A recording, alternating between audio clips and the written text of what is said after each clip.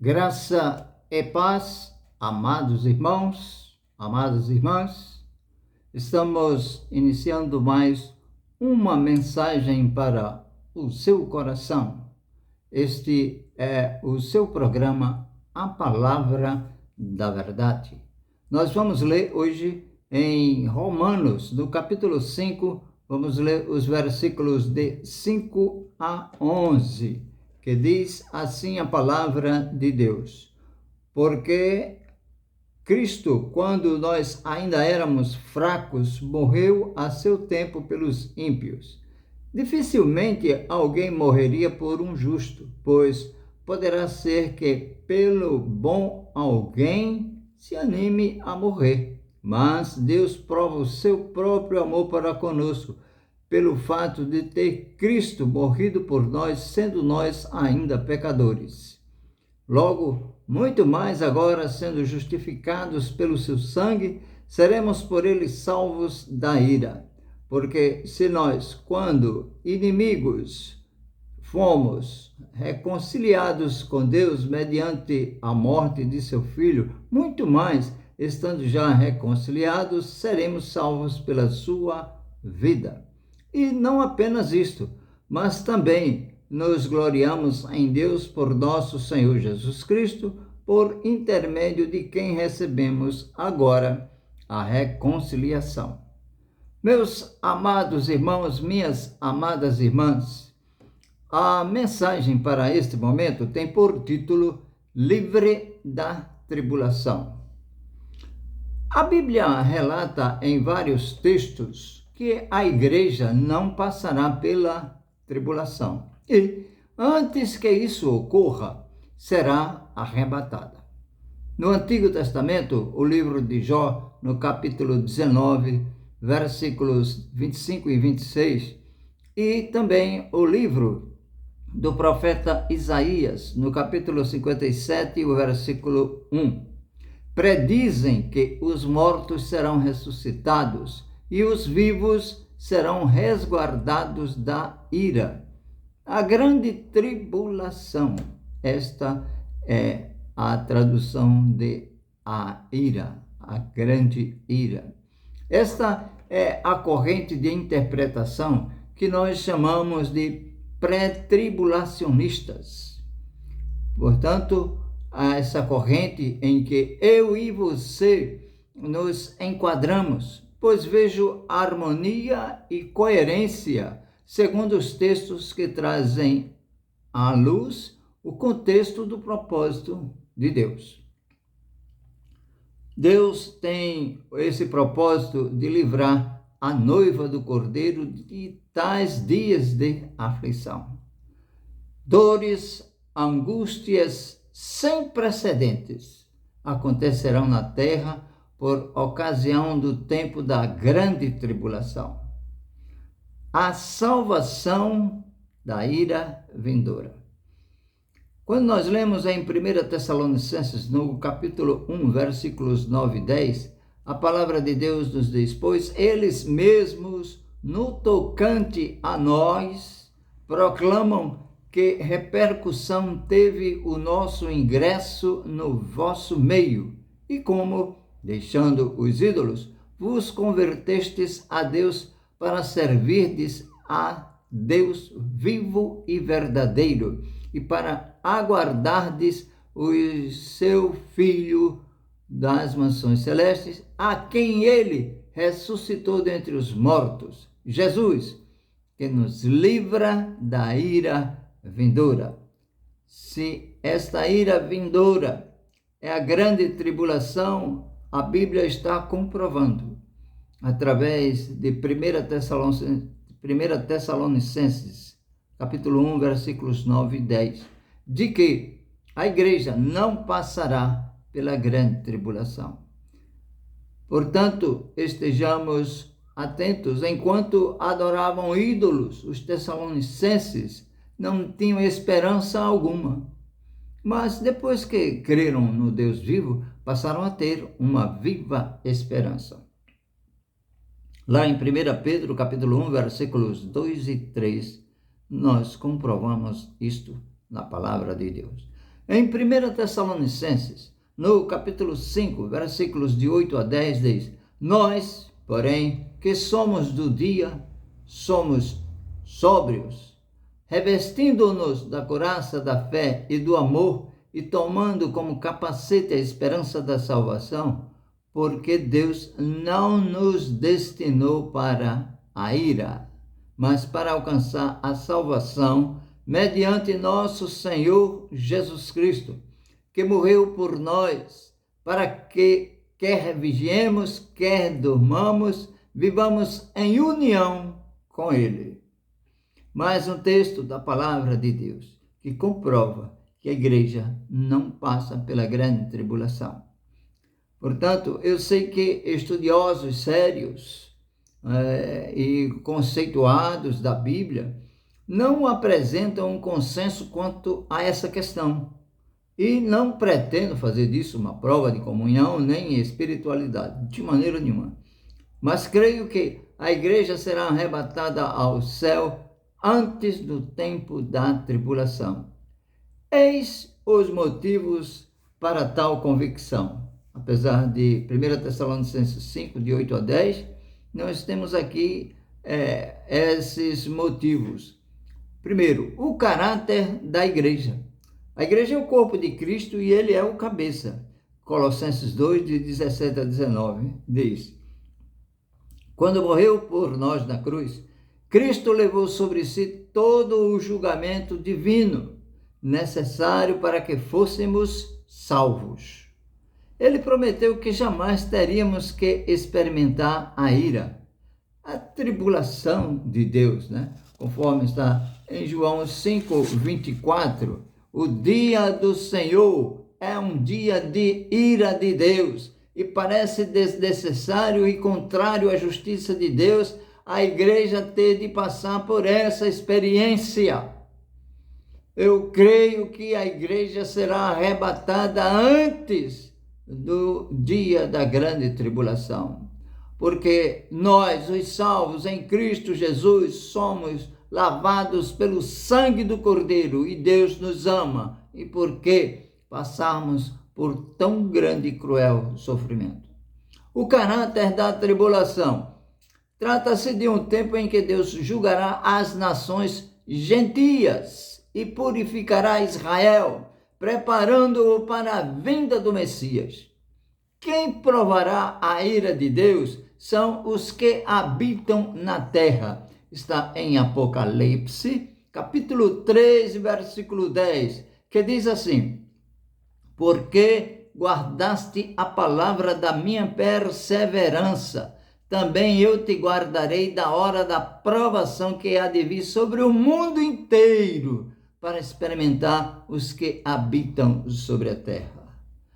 A palavra de Deus, quando fala habitam sobre a terra, essas pessoas que habitam sobre a terra está se referindo aos não crentes, aos que não creem em Jesus, aos que não seguem a Cristo, aos que estão longe dos caminhos do Senhor, os que buscam os prazeres do mundo. Estes são os habitantes da terra. Lá em Filipenses 3:20, a palavra de Deus diz: Pois a nossa pátria está nos céus, de onde também aguardamos o Salvador, o Senhor Jesus Cristo. Deus julgará os que habitam sobre a terra por sua iniquidade. Isaías 26, 20 e 21. Os pecados dos cristãos já foram julgados na cruz. Os crentes salvos em Cristo Jesus não seremos julgados. Não, julgados serão os perversos, os incrédulos, os que não seguem a Cristo, os que não creem em Jesus. Estes sim serão julgados. Vamos à primeira metade da tribulação. Está em Marcos, no capítulo 13, versículo 8, que diz: Porque se levantará nação contra nação, reino contra reino. Haverá terremotos em vários lugares e também fomes. Estas coisas são os princípios das dores. E nós já estamos passando por isto.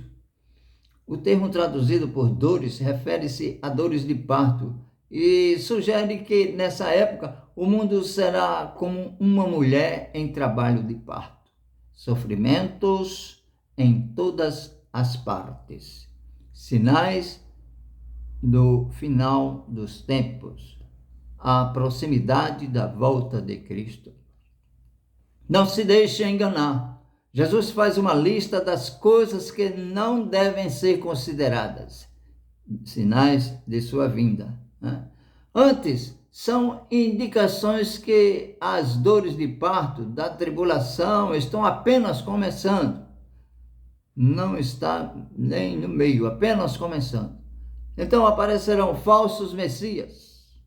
As páginas da história estão repletas de relatos trágicos acerca de falsos messias, de falsos profetas e de seus discípulos cheios de entusiasmos, porém iludidos. 1 João 4:1 diz: Amados, não deis crédito a qualquer espírito, antes provai os espíritos se procedem de Deus, porque muitos falsos profetas têm sido e saído pelo mundo afora.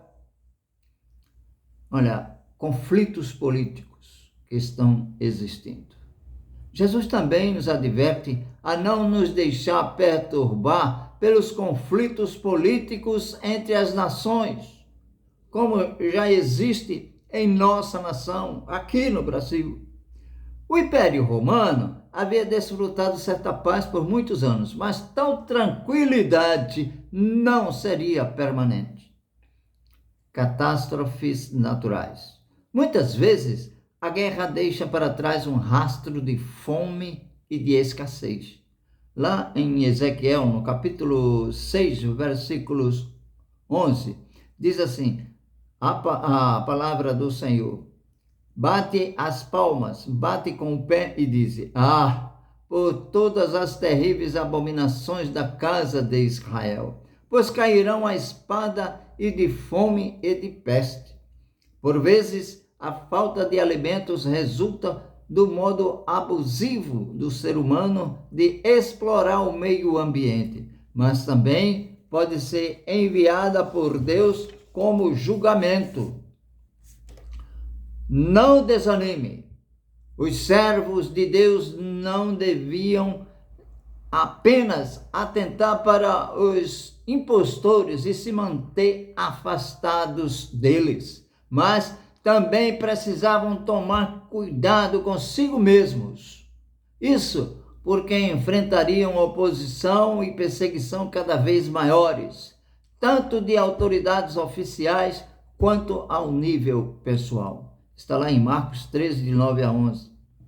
No entanto, a perseguição redundaria em proclamação. A verdadeira causa da perseguição é declarada em Marcos 13, 13. Sereis odiados de todos por causa do meu nome. Aquele, porém, que permanecer até o fim, esse será salvo. Hoje em dia é possível pertencer a qualquer um dos grupos religiosos esquisitos que existem por aí e não sofrer tanta oposição de amigos e familiares.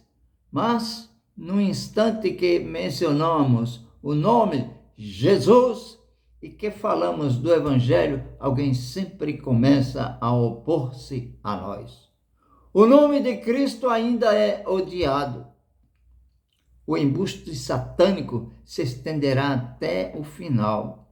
E falsos cristãos, bem falsos profetas, farão o povo desviar-se e chegarão a realizar milagres. Está lá em Mateus, no capítulo 7, versículos de 21 a 23, 2 Tessalonicenses 2, de 9 a 12.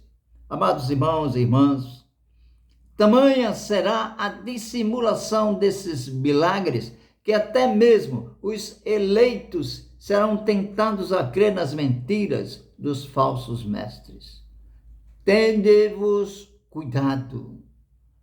Atente para o que a palavra de Deus nos diz.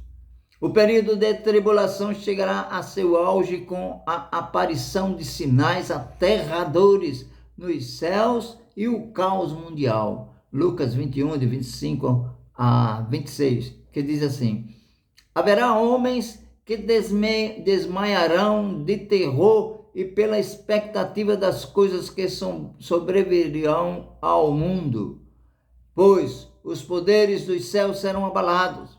Esses sinais ditos pelos profetas prepararão o caminho para a vinda de Jesus Cristo à terra. Os cristãos que leram o Evangelho de Marcos sofreram posteriormente a perseguição terrível de Roma. E essa mensagem em particular deve ter lhes dado consolo e forças. Estejai-vos vós atentos.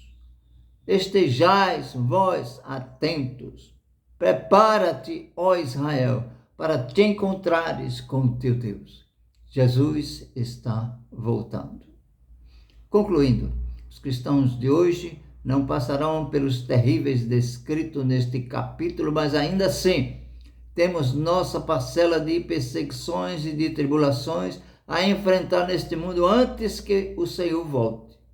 Assim, as admoestações da mensagem de Marcos 13 podem ser aplicadas em nossa vida. Vede que ninguém vos engane. Marcos 13, de 5 e 23. Estais vós de sobreaviso. Não vos preocupeis. Marcos 13 e 9. Vigiai e orai. Marcos 13, 33. O que, porém, vos digo a todos: vigiai. Marcos 13, 37. Estejamos atentos, porque Cristo está às portas. Breve Jesus virá. Deus nos abençoe.